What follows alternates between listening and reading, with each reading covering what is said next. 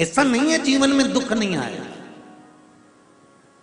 मानव का शरीर केवल दो कारण से मिला है, कर्म का भोग भोगने के लिए और एक भगवान का भजन करने के लिए। जब दो कारण से मनुष्य का शरीर मिला है तो कर्म का भोग तो भोगना पड़ेगा। सुख आएगा तो दुख भी आएगा, दुख आया है तो सुख भी आएगा, ये दोनों चलते रहेंगे। पर उस दुख में परमात्मा का भजन करते रहना है और सुख में भी उसको याद करते रहना है। डल्लब के गद्दे पे सो रहे हो, सोफे पर बैठे हो, एसी के कमरे में बैठे हो, खूब आराम से तुम आनंद के साथ में गोलगप्पा खा रहे हो, चाहे तुम छम्मक लड्डू खा रहे हो, चाहे तुम पानी पतासा खा रहे हो, जो खा रहे हो उसमें परमात्मा को याद करते हुए कि तेरी कृपा से आज मुझे ये शरीर मिला है, तेरी कृपा से आज मैं ये चाट खा रहा हूं, तेरी कृपा है जो मैं इतने प्रेम से खूब आनंद से भोजन कर रहा हूं। नहीं तो कई तो 30 साल के 25 साल के कैंसर हॉस्पिटल में पैसे के बैग लेकर खड़े हैं कि मेरी बहू को ठीक कर दो, मेरे बेटे को ठीक कर दो। अरे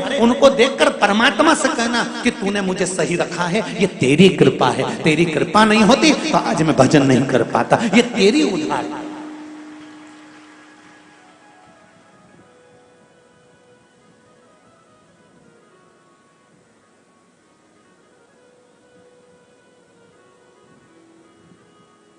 एक बेलपत्री के बल पर लोग अपने स्वास्थ्य को ठीक कर रहे हैं, एक लोटा जल के बल पर लोग अपने स्वास्थ्य को ठीक कर रहे हैं।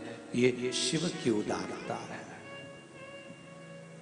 बीपी हो, शुगर हो, जो भी थायराइड हो, शरीर में कोई खाज हो गई हो, शरीर में कोई रोग हो गया हो, उसका सबसे सुंदर तरीका है शंकर पर चढ़ी हुई एक बेलपत्र शिव के मंदिर से उठाकर, कम से कम रोज नहीं खा सकते तो हफ्ते में एक बार 2 बार शिव से कहकर कि तू दुनिया के रोग हर लेता है, तुझे महामृत्युंजय कहते हैं, मृत्यु को तू जीतने वाला है, तो मेरे शरीर में कोई रोग कैसे रह सकता है शंभू। और उस बेलपत्र का सेवन करना है।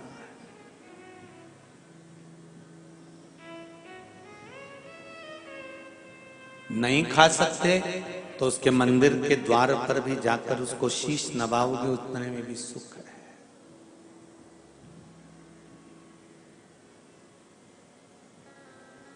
शंभु शंकर मृत्यु लोक के देवता, पृथ्वी के।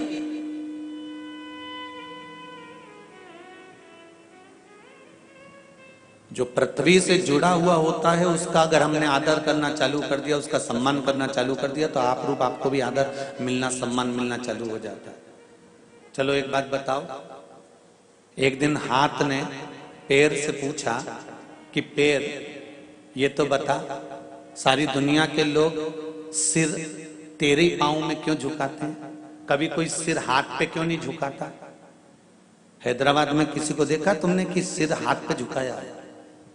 किसी ने सिर सिर पे झुकाया, किसी ने सिर हृदय पर झुकाया हो? नहीं, सिर झुकता है तो चरण में झुकता है, सिर झुकता है तो पैर पर झुकता है, सिर झुकता है तो पांव पर झुकता है, सिर कभी हाथ पर नहीं झुकता। तो पैर ने हाथ से कहा कि मैं जमीन पकड़ कर चलता हूं, इसलिए दुनिया के लोग मुझे सिर नवा कर जाते हैं। मैं जमीन नहीं छोड़ता, मैं भूमि नहीं छोड़ता। आप कितने भी करोड़पति बन जाओ, कितने भी धनपति बन जाओ, तुम्हारे पास में कितनी भी धन आ जाए, कितनी भी संपदा आ जाए, कितना भी वैभव आ जाए, कितने भी दौलत तुम्हारे घर में आ जाए, कितनी भी संपदा तुम्हारे घर में आ जाए, कितना भी वैभव तुम्हारे घर में आ जाए, करोड़ों की संपदा तुम्हारे घर में आ जाए, पर तुम जमीन मत छोड़ना। ये मत उड़ने लगना कि मैं बहुत पैसे वाला हो गया, मैं बहुत धनपति बन गया, मैं बहुत वैभवपति बन गया। जिस दिन तुमने जमीन छोड़ दी उस दिन तुमको कोई नमन नहीं करेगा, तुमको हृदय से कोई ध्याएगा नहीं, तुम्हें हृदय से कोई याद नहीं करेगा। भूमि को पकड़ कर चलोगे तो तुम्हें लोग याद करते रहेंगे कि हाँ ये व्यक्ति है, ये जीवन का सुख है।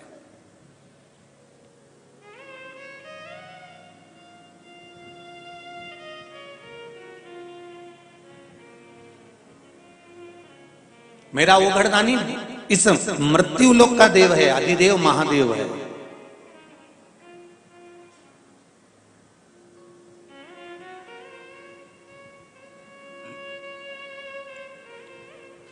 दुख केवल धन और वैभव का नहीं, कई बार तो दुख हमको भी हो जाता है। जब किसी लड़के को देखो तो उस लड़के की जब शादी होती है और वो दुल्हन के साथ जब गार्डन में और लॉन में और शादी के स्टेज पे जब वो प्रवेश करता है पत्नी के साथ, और क्या डीजे पर गाना बजता है, अजीबो शहंशाह, यही गाना बजता ना, क्या है उसकी धुन?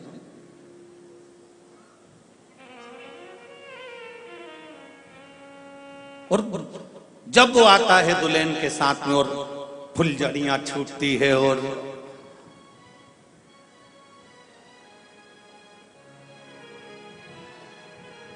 कहे अजीबो गरीब शहंशाह, और क्या धूम धड़ाके से शहंशाह पधारा। दुख कब होता है? जब वो शहंशाह की शादी हो जाती है और बनियान और पजामे पे दूध की थैली लेने जाता है।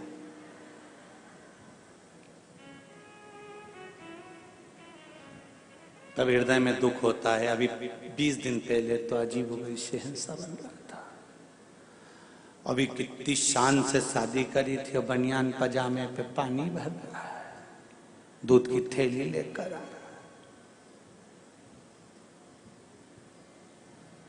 खूब गुलाब जामुन भी खिलाई, पेड़ा भी खिलाया, इमरती भी खिलाई, खूब। कितना ठाठ था विवाह में, कितना ठाठ था शादी में, कितना ठाठ था उस मंगल विवाह में। उसके 15 दिन बाद 20 दिन बाद वापिस जिंदगी वैसी की वैसी हो जाती है। इसलिए जीवन का कोई भरोसा नहीं होता। धन ज्यादा आ जाए तो फूलना ना मती, और ना फूलना और ना अपनी वाणी पर ऐसा संयम रखना कि इस वाणी से कोई ऐसा शब्द ना निकल जाए कि जिंदगी भर फिर बाद में रोना पड़ जाए। इसलिए बहुत संभल कर वाणी बोली जाती, गोली और बहुत सावधानी रखकर चलते।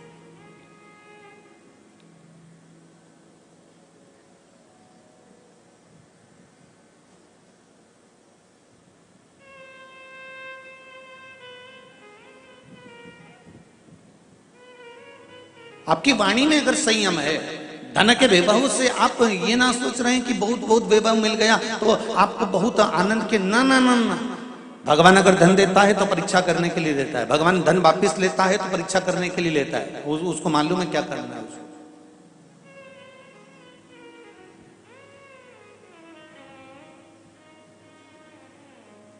नवग्रह शिव महापुराण की कथा चल रही है बाहेती परिवार द्वारा, भाग्यनगर हैदराबाद की इस पावन धरा से।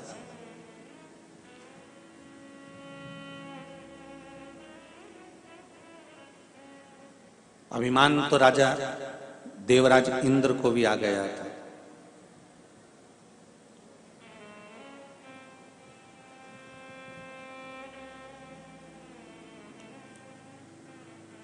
सभा में बैठे थे सिंहासन पर,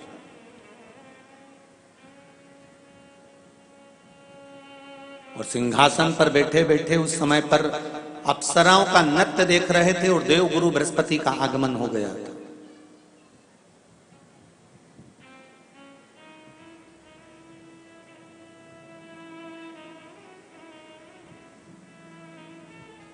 अंगिरा ऋषि के पुत्र हैं देवगुरु बृहस्पति।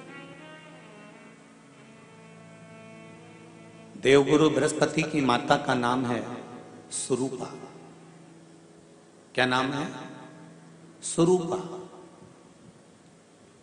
बृहस्पति भगवान के पिता का नाम है अंगिरा ऋषि और माता है सुरूपा। जिनके घर में देवगुरु बृहस्पति का आगमन हुआ है, प्राप्ति हुई है।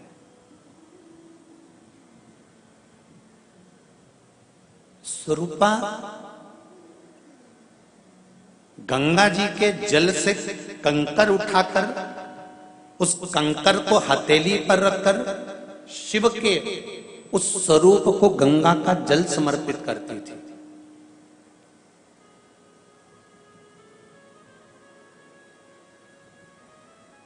एक बहुत सुंदर बात कहेंगे, पहले की शिव महापुराण में ये चरित्र नहीं आया तो आप ध्यान से सुनिएगा। 16 श्राद्ध में श्राद्ध पक्ष में घर में अगर गंगा का जल हो, आपके घर में अगर गंगा जल रखा हो, श्राद्ध पक्ष में तुलसी के क्यारे के पास में एक छोटी सी कटोरी रखकर घर का कोई भी व्यक्ति, चाहे महिला हो, पुरुष हो, पुत्रवधू हो, बच्चे हों, कोई भी हथेली में गंगा जल लेकर अपने पूर्वजों का स्मरण कर और वो गंगा जल काशी विश्वनाथ के नाम से अपने पूर्वजों का नाम लेकर वो कटोरी में अगर 5 बार या 7 बार छोड़ देता है तो उसके पूर्वजों को पिंडदान और तर्पण की जरूरत नहीं पड़ती, उनको मोक्ष प्राप्त हो जाता है। अगर आपके घर में गंगा जल रखा हुआ हो तो वैसे तो मुझे विश्वास है कि हैदराबाद के नगर में भले आप रह रहे हो, भले आप भाग्यनगर में रह रहे हो, पर इतना विश्वास तो है कि सबके घर में गंगा जल जरूर होगा। इतना विश्वास तो मैं कह सकता हूं और कर सकता हूं कि सबके घर में होगा गंगा जल। गंगा जल का प्रयोग एक तो पितरों के लिए, दूसरा श्रावण के महीने में किसी भी एक सोमवार को, अगर व्यापार नहीं चल रहा है, नौकरी नहीं मिल रही है, तो कोई तकलीफ आ रही है, तो कोई कष्ट आ रहा है, कोई रोग बढ़ रहा है, डॉक्टर से ऐसा लग रहा है कि ये बड़ी बीमारी बताने वाला है, शरीर में कोई गांठ पड़ गई है और वो जांच के लिए गई है, तो बिल्कुल श्रावण के महीने में किसी भी एक सोमवार को गंगा जल लेकर जाइए शिव मंदिर में, शंकर जी के मंदिर में थोड़ा सा गंगा जल नंदी को समर्पित कर कर, थोड़ा अशोक सुंदरी को समर्पित कर कर, थोड़ा गणेश और कार्तिकेय को समर्पित कर कर, थोड़ा सा गंगा जल जया, विषहरा, शामरीबारी, दौतली और देव को समर्पित कर कर, थोड़ा सा गंगा जल शिवलिंग पर समर्पित कर दो। उस गंगा जल को वापिस झेल कर लेकर आओ। 3 दिन तक लगातार उस गंगा जल को पीना प्रारंभ करो। उसके बाद जांच के लिए आप कहीं पर भी जाइए, बाबा कृपा जरूर करेगा, ये निश्चित था। उस गंगा जल की प्रधानता, उस गंगा जल का एक गौ माता, गौ, गंगा और संत, ब्राह्मण, साधु, सन्यासी, सात्वित्ववान नारी, कन्या, स्त्री, इनका जो महत्व है उसको जान गए तो जिंदगी सार्थक हो गई।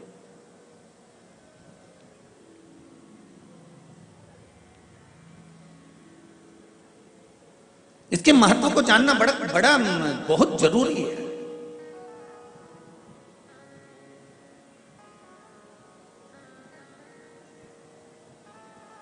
महाराज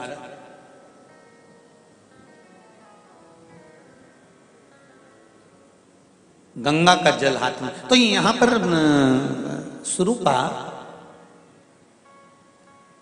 बृहस्पति महाराज की माता जी हाथ में कंकर रखती हैं गंगा नदी का, गंगा जल का, और हाथ की अंजलि में गंगा जल लेकर उस कंकर पर शिव मानकर जल समर्पित करती हैं।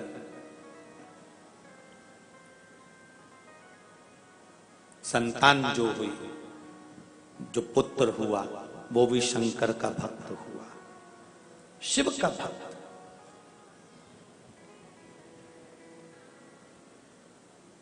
महाराज स्कंद पुराण कहती है,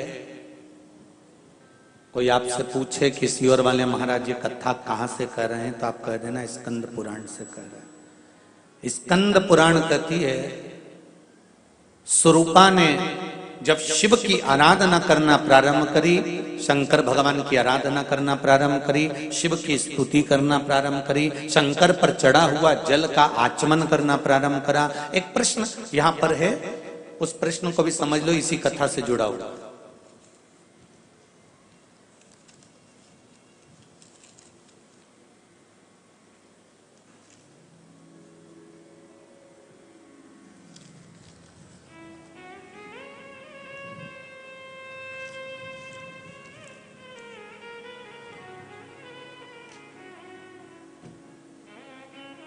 नाम नहीं लिखा है पर प्रश्न अच्छे हैं। हर हर महादेव, घर घर महादेव लिखा है उन्होंने, नाम नहीं लिखा है। जिनने पत्र लिखा हो, कुछ प्रश्न हैं इसमें, 1 2 3 4 5 प्रश्न हैं। जिसने लिखा हो वो खड़े होकर हाथ हिला सकते हैं। 5 प्रश्न हैं इसमें। यदि किसी को 2 रुद्राक्ष प्राप्त हो जाते हैं तो क्या एक रुद्राक्ष किसी मित्र, रिश्तेदार आदि को दे सकते हैं? जिसने पत्र लिखा है वो खड़े होकर अपना हाथ हिला सकते हैं। हाँ, यदि आपके पास में रुद्राक्ष 2 हैं और वो रुद्राक्ष सिद्ध करे हुए हैं, सिद्ध करने का मतलब ये है कि भगवान शंकर को समर्पित कर कर रुद्राष्टाध्यायी द्वारा भगवान शंकर का अभिषेक पूजन कर कर उस रुद्राक्ष को विधि विधान के अनुसार शहद घृत से लिप्त कर कर शंकर भगवान के शिवलिंग पर स्वीकृत कर कर अशोक सुंदरी वाली स्थान से उठाकर जया विषहरा सामरी वारी को समर्पित कर कर अगर वो रुद्राक्ष सिद्ध किया गया है तो वो रुद्राक्ष आप अपने रिश्तेदारों को भी दे सकते हो, उसको धारण करा सकते हो। यदि किसी ने गले में रुद्राक्ष धारण किया हो और उसके आसपास कोई अन्य व्यक्ति मदिरा या मांसाहार का सेवन करता है तो क्या रुद्राक्ष वाले व्यक्ति को दोष लगता है? तुम्हारे पड़ोस में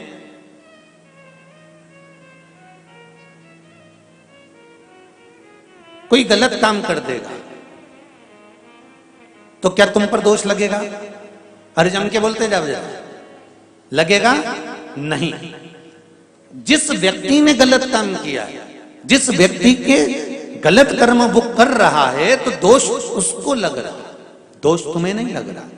तुम्हारे रुद्राक्ष पहनने का फल तो ये होता है कि रुद्राक्ष अगर हमने धारण किया है तो वो रुद्राक्ष धारण करने से हमारे शरीर में अगर नेगेटिव कोई ऊर्जा आ रही है तो वो भी समाप्त होकर वापस पॉजिटिव में बदल जाती है। ये रुद्राक्ष की महत्वता,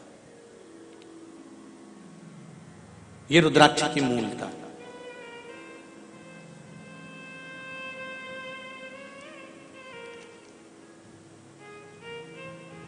प्रातः समय पर जब हम पितरों के लिए जल छींटते हैं तो क्या गणेश शंख की रेखा का प्रयोग भी कर सकते हैं? नहीं। एक बात का ध्यान दीजिएगा, गणेश मुखी जो शंख होता है, जो बच्चा तोतरा बोलता है, जिसकी वाणी नहीं होती, श्रवण शक्ति किसी बुजुर्ग व्यक्ति की हो, जवान व्यक्ति की हो या कोई अधेड़ जिसकी श्रवण शक्ति कम होती चली जा रही है, जिसके सुनने की शक्ति कम हो रही हो, बोलने की शक्ति कम हो, वाणी में हकलापन हो, तोतरापन हो, गणेश मुखी शंख वहां काम आता है। गणेश मुखी शंख का प्रयोग वहां होता है। और गणेश मुखी शंख का एक प्रयोग और है, यदि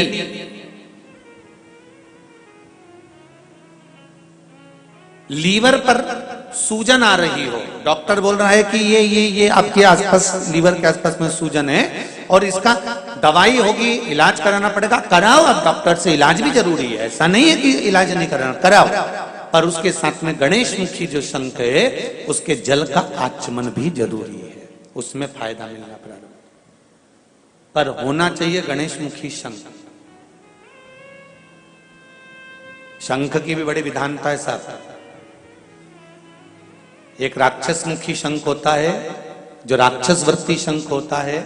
वो राक्षस वृत्ति शंख अगर घर के अंदर रहता है तो जरा सा कपड़ा पड़ा है तो उसके पीछे विवाद हो जाता है, पानी गिर गया तो विवाद, 5 मिनट बहू लेट उठकर आई तो विवाद, भोजन में कुछ त्रुटि हो गई तो विवाद, भाई भाई में कोई क्लेश हो गया, जरा सी बात हो गई तो विवाद, देवरानी जेठानी में। इसको कहते हैं राक्षसी शंख की महत्वता। वो शंख जब तक घर के अंदर रहता है तब तक वो आपको अशुद्धता का भाव देता ही रहता है। समझ में नहीं आता। हमने पत्रिका भी दिखाई, हमने वास्तु शास्त्रियों को भी दिखाया, हमने नारायण नाग बलि भी करवाया, हमने कालसर्प दोष भी करवाया, हमने वास्तु पूजन भी करवाया, हमने सारी पूजन करवाई, उसके बाद भी घर में शांति क्यों नहीं है? तो मतलब पूजन वाले स्थान पर कोई शंख ऐसा रखा हुआ है जिस शंख के कारण हमें दोष लग रहा है। हम सब कुछ बदल दिए पर पूजन के स्थान पर हमने नहीं देखा कि हमने क्या चीज ऐसी रखी है जिससे हमको तकलीफ हो रही है। चलो और सरल भाषा में समझ जाइए। डॉक्टर के पास जाते हो तो डॉक्टर को कहोगे कि मेरे को पेट दुख रहा है, तो डॉक्टर पेट दुखने की अकेले की गोली देगा क्या तुमको? जम के बोलो जरा, जितने लोग भी बैठे, केवल पेट दुखने की गोली देगा क्या? नहीं। पेट दुखने के साथ में वो 3-4 गोली जरूर लिख कर देगा कि इसका साइड इफेक्ट इस पर ना हो, इससे इसको लॉक करूंगा, इससे एसिडिटी ना हो, इससे ये परेशानी। 3 या 4 तरह की गोली डॉक्टर लिख देता है। सिर दुखा, उसने 3-4 गोली दी। बीपी गड़बड़ हुआ, उसने दिया कि ये ले लेना भैया, जब बीपी लेवल पर जाएगा तब एक गोली पर लाकर छोड़ देंगे, फिर एक गोली लेते रहना। उसी तरह हमारे जीवन में भी हम जो पाठ कर रहे हैं, हम जो पूजन कर रहे हैं, हम जो अर्चना कर रहे हैं, हम जो चाकरी कर रहे हैं, हम जो स्मरण कर रहे हैं, उसमें क्या पाठ हम कर रहे हैं, हम क्या स्मरण कर रहे हैं। उस पूजन वाले स्थान पर कोई कमी तो नहीं है हमारे। आप आए नहीं और सुबह हो गई, मेरी पूजा की थाली धरी की धरी रह गई। क्यों धरी रह गई, क्यों नहीं आए? मीरा ने बुलाया, भगवान आए। कर्मा ने बुलाया, भगवान आए। नामदेव जी ने बुलाया, भगवान आए। तुकाराम जी ने बुलाया, भगवान आए। तो हम भी तो रोज बुलाते हैं, एक लोटा पानी लेकर जाते हैं, फिर भगवान क्यों नहीं सुनते? कुछ कमी है हम, वो कमी को हमें छाटना। सीढ़ियां बदल दी, वास्तु के हिसाब से मकान बना लिया, फ्लैट बना लिया, व्यापार भी अच्छा चल रहा है, पैसा भी आ रहा है, फिर घर में शांति क्यों नहीं है?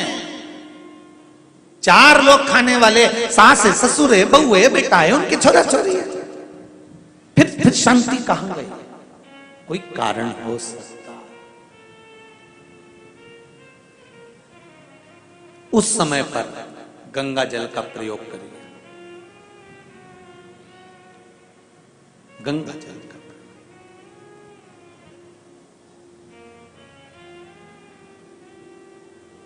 महाराज माता स्वरूपा ने गंगा जल हथेली में लेकर शिवलिंग पर समर्पित करा। कृपा क्या हुई है कि शंकर भगवान का दर्शन माता स्वरूपा को हुआ।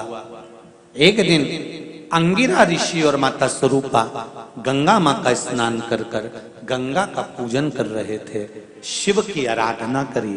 शंकर भगवान सामने प्रकट हुए। क्या बात है अंगिरा जी, क्या हुआ? स्वरूपा हुआ क्या है? स्वरूपा कहती हैं कि मुझे जो संतान प्राप्त हो, मैं ये चाहती हूं कि मेरी संतान हमेशा अग्रण्य भाव में रहे।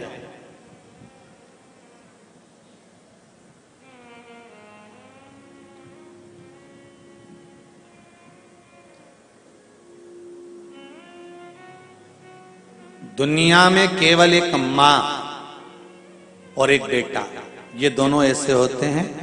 बेटे की निगाह में मां हमेशा सुंदर होती है, और बेटे की निगाह में मां सुंदर है और माता की निगाह में बेटा सुंदर है।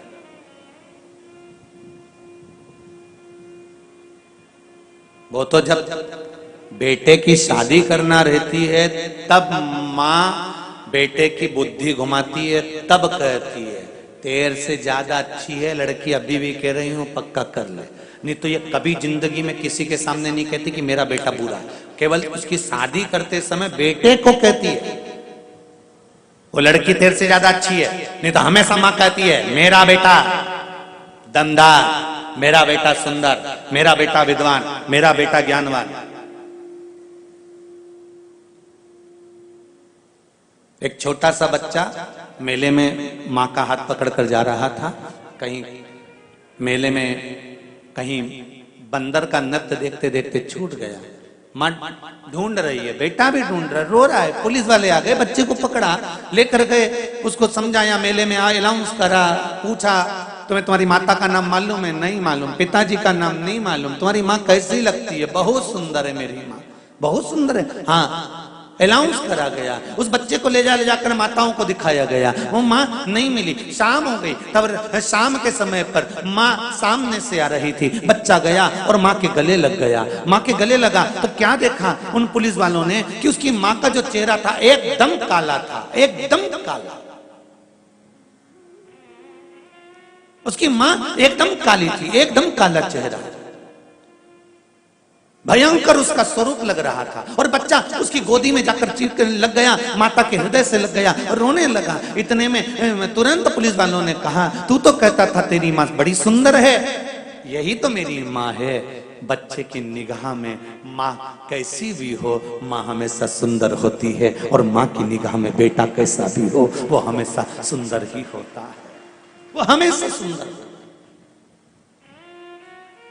वो हमेशा एक ही बात कहती है, मेरा बेटा तो चंदा है, मेरा बेटा तो सूरज है।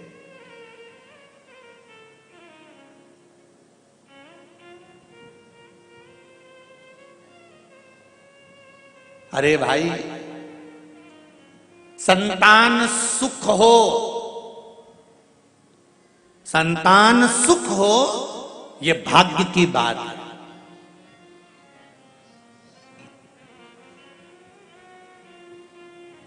संतान सुख हो ये भाग्य की बात है, पर संतान से सुख हो ये सौभाग्य की बात है।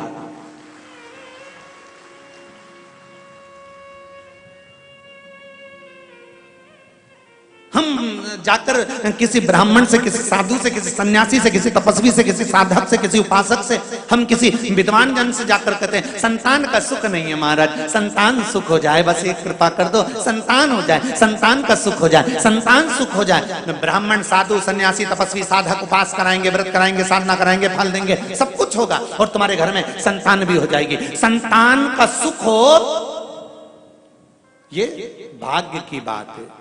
संतान सुख हो ये भाग्य की बात है, पर संतान से माता पिता को सुख हो ये सौभाग्य की बात है। संतान के द्वारा माता पिता को जो सुख मिलता है उसका आनंद कुछ दूसरा ही होता है। हम कहते हैं कहीं जाओ मत जाओ, पर बूढ़े माँ बाप के पास एक बार रोज सोने से पहले 15 मिनट बैठ कर जरूर आओ। वो क्या दे जाएंगे उसका भरोसा नहीं।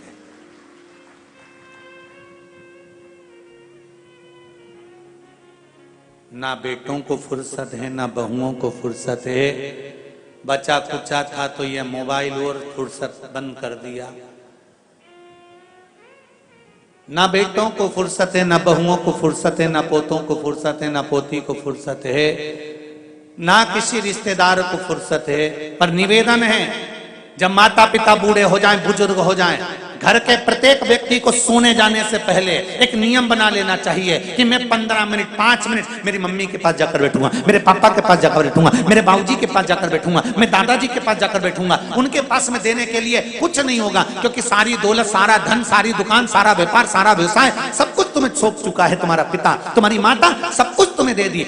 लाकर में चाबी भी लगाने तुम जाते हो, अलमारी खोलने तुम जाते हो, चाबी लगाने तुम जाते हो, सब कुछ माता पिता ने तुमको दे दिया। अब एक काम करो, तुम्हारे माता पिता के पास में धन भले नहीं होगा, वैभव भले ना होगा, पर रोज प्रतिदिन सोने से पहले अगर 10 मिनट तुम माता पिता के पास जाकर बैठोगे तो ये शिव महापुराण की कथा कहती है कि वो धन भले नहीं देगा, पर दिल से जाते जाते आशीर्वाद दे दिया तो जीवन सार्थक हो जाएगा। सार्थक।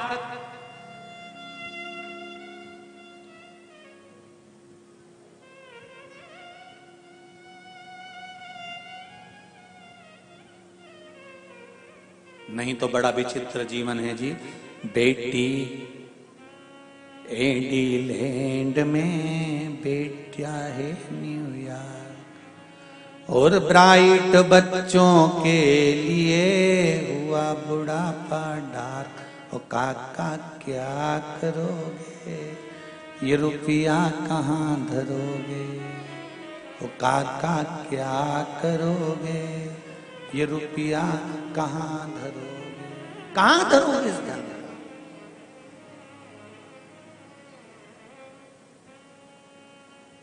धन का करोगे क्या?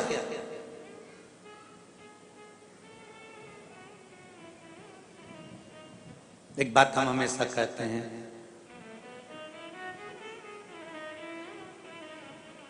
दुनिया की सारी मिठाई एक तरफ रख दो और छोटे बच्चे के लिए माता का स्तनपान एक तरफ रख दो।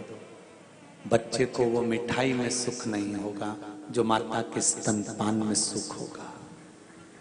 माता के स्तनपान में जो सुख होगा।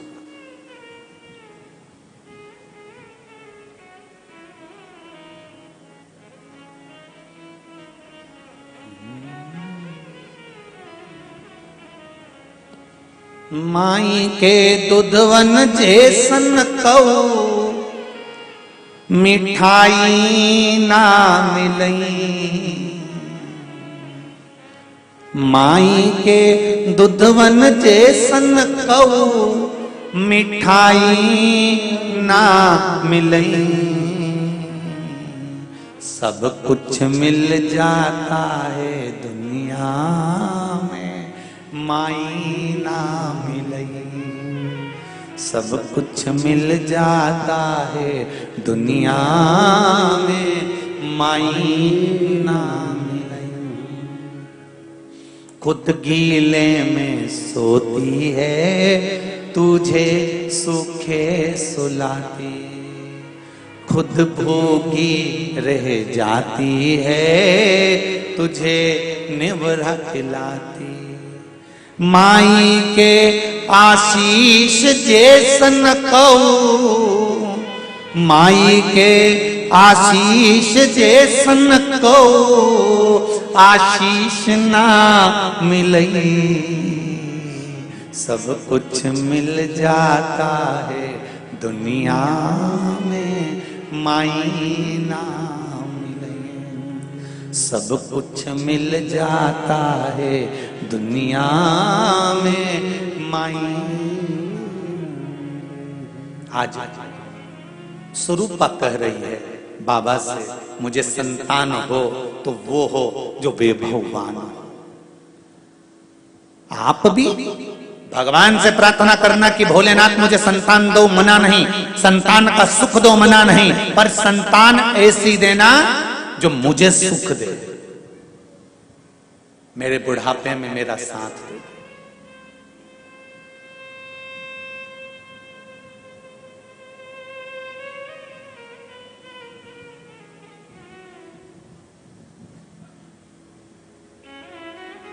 मेरा साथ जो दे, खूब पढ़ाओ बेटे को। तुम्हारी सामर्थ्यता अगर बेटे को इंजीनियर बनाने की तो तुम्हें डॉक्टर बनाओ, कलेक्टर बनाओ, एसपी बनाओ, डीएसपी बनाओ, मंत्री संतरी कलंतरी जो तुम्हारी मर्जी पड़े वो बनाओ।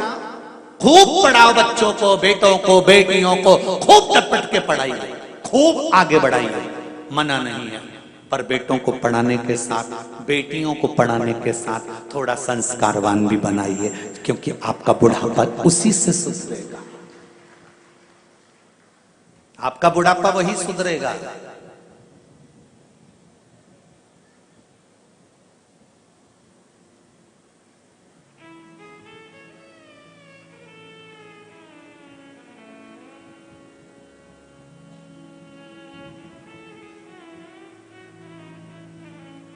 मेरा तो एक निवेदन रहा है, कोर्ट में भी, कोर्ट मैरिज में एक काम कर देना चाहिए।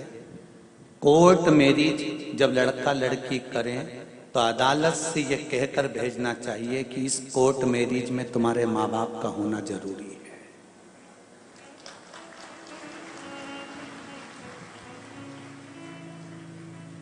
बाप का घर कोई रेस्टोरेंट नहीं है कि 20 साल तक माँ बाप अपनी बेटी को पाल पोस कर बड़ा करें। 20 वर्ष तक माँ बाप अपनी बेटी को पढ़ाएं लिखाएं, करोड़ों का धन लगाएं, खूब सुंदर सुंदर आभूषण, रतन, माणिक, मोती, और माँ बाप उस बेटी को पाल पोस कर बड़ा करें। और 20 साल की जब बेटी हो जाए तो अपनी मन से कोर्ट पहुंचे और किसी के साथ में शादी कर कर चली जाए। माँ बाप, बाप का घर है, कोई रेस्टोरेंट या होटल नहीं है। इसलिए अदालत में हो जाना चाहिए कि कोर्ट मेरी जब होगी जब तुम्हारे माँ बाप होंगे जिन्होंने 20 साल तक तुम्हें पाल पोस कर बड़ा करा है।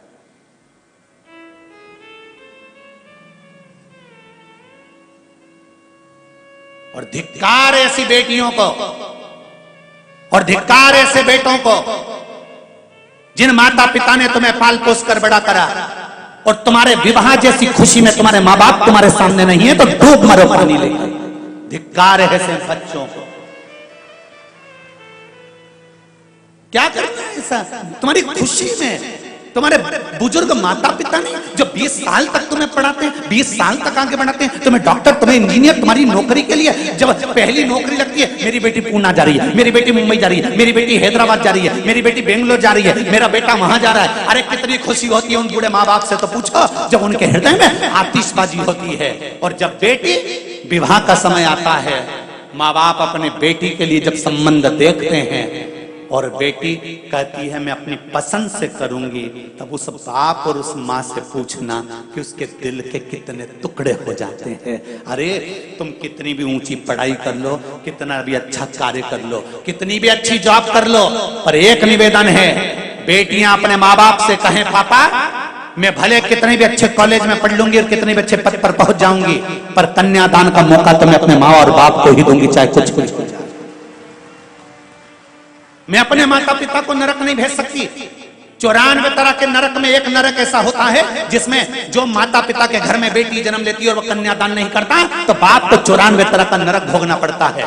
माता के शरीर में कीड़े पड़ने लगते हैं अगर वो कन्यादान नहीं करती। जिस बच्ची का जन्म देती है उस बच्ची का अगर कन्यादान नहीं होता, अगर माँ बाप अपनी बच्ची का कन्यादान नहीं कर पाते तो माँ बाप को भुगतना पड़ता है और उसकी जवाबदारी बेटी और बेटों की होती है, जो अपने माँ बाप से कहें कि हमारा कन्यादान करो, आप कन्यादान करो, आप ढूंढो लड़का, आप ढूंढ कर लाओ, मैं कहीं दूसरी जगह विवाह नहीं करूंगी, जहां मेरा बाबुल चाहेगा विवाह वहीं करूंगी। तब बाप का हृदय भी प्रसन्न चित्त हो जाता है।